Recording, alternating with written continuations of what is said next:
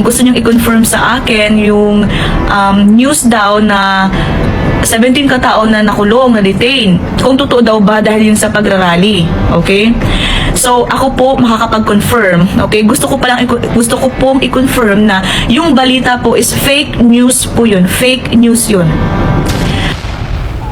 Ito nga mga kabayan, linawin natin na maigi ito Dahil ngayon nakaraang mga video na naglabasan ng mga vlogger na anti-Duterte ay naglabas na nahuli ang mga OFW sa bansang Qatar nga at nakulong ito.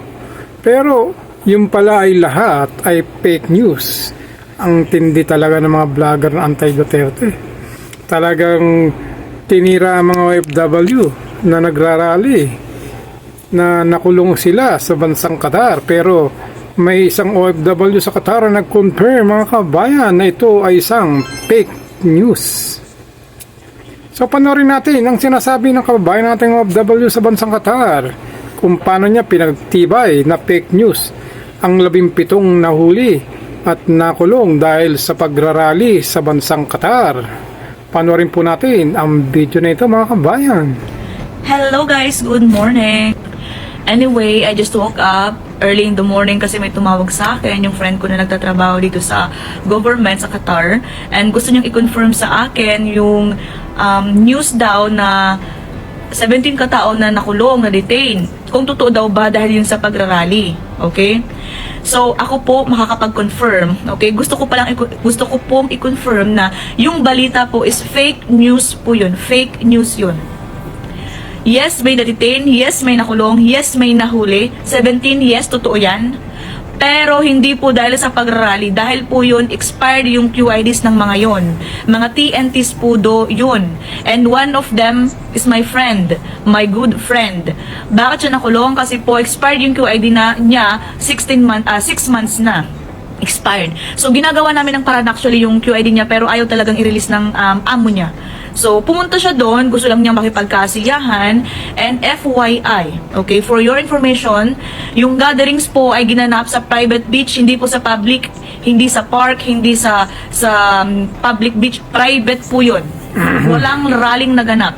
Yung events po is night swimming, gatherings, may mga bata, maraming bata. Bobo bang mga magulang nila para dalhin yung mga bata sa pagrally? Pero hindi po kasi yun ang nangyari. Yung mga tao na nagpo-post dito, at kino-confirm nila na dahil daw sa pagrarally, kabubuhan ninyo. Sana po, nagkaroon po muna kayo ng research. Eto na nga po. Yung mga nag-post, dahil daw po yun sa post ng Philippine Embassy, nag-rely daw po sila sa post ng Philippine Embassy. Hindi po ba ninyo nabasa ng mabuti yung post ng Philippine Embassy? Na kino-confirm ninyo na yun daw ay dahil sa Philippine Embassy? Hindi po kino-confirm ng Philippine Embassy na yung mga nakulong nga ay dahil sa pagrarally. Ito pa nga, nagtataka kaming taga-Qatar, bakit yun ang pinost ng Philippine Embassy? Alam ng Philippine Embassy ang dahilan kung bakit nakulong yung mga taong yun. May pumunta ng tao na galing sa Philippine Embassy. Nakausap nila yung mga tao, tinanong kung bakit. Bakit kayo nakakulong? Kasi po expired po yung QID namin yun po ang sagot nila. Kasi po wala po akong documents yun po ang sagot ng isa. Pero bakit hindi pinalabas yan ng Philippine Embassy? Do hindi ko kine-question yung embahada natin pero nagtataka lang kami, alam ninyo ang dahilan.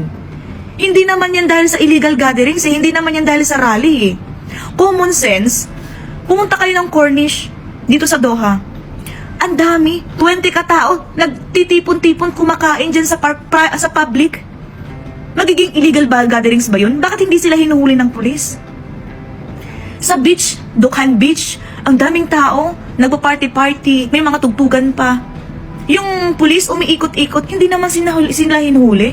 Nag-checking lang kung may IDs o wala. Pero bakit yung itong pinapalabas ninyong balita na dahil daw sa pag-rally, ikinulong daw yung 17 katao. Bakit kami? Bakit kami na hundreds na naandoon, hindi nakulong? Kasi po may mga IDs kami. May mga legal documents po kami. May residence permit po kami. Yung mga tao doon na natira, na hindi nahuli, may mga legal documents po yun. Isa-isa ba naman ng pulis yung mga pataka namin? Siyempre, yung mga walang kasalanan, stay. Yung mga TNT, kulong. Yes, sumusuporta kami kay Tatay Digong. Okay, the next day, 28th birthday ni Tatay Digong. Pero yung theme ng party is night swimming. Yung mga tao, nagdala lang sila ng mga pagkain nila, mga ano. Kasi nga po, night swimming yun. So, isasabay na lang, kumbaga, kung sinong gustong mag-celebrate ng parties, i-celebrate nyo. Kung sino man yung gustong pa-picture, mag-picture-picture, na kung kumbaga sumusuporta kami kay Tatay Digong, okay. Pero walang rally, walang Duterte, walang ganun, walang narinig na ganun. Yes, meron sigurong mga t-shirt na may PRRD, may flag na nakikita. Taga-Pilipinas tayo pwede tayo magdala ng flag. 'Di ba? Alam ko nonsense yung pinagsasabi ko, pero common sense. Ang daming mga ang daming mga nag-gatherings diyan sa public, hindi hinuhuli ng pulis kasi may mga ID sila. Kami na naandun sa private beach. Tapos yung team namin is night swimming lang. Night swimming, kasiyahan, kainan, tipon-tipon ng pamilya. Kasi Thursday night, kinabukasan walang pasok. Yes, may flag nga May FPRRD. Masama bang magsuot ng ganun? Wag kayong magko-confirm kung wala naman kayo dito at wala naman kayo sa pangyayari. Okay, salamat po.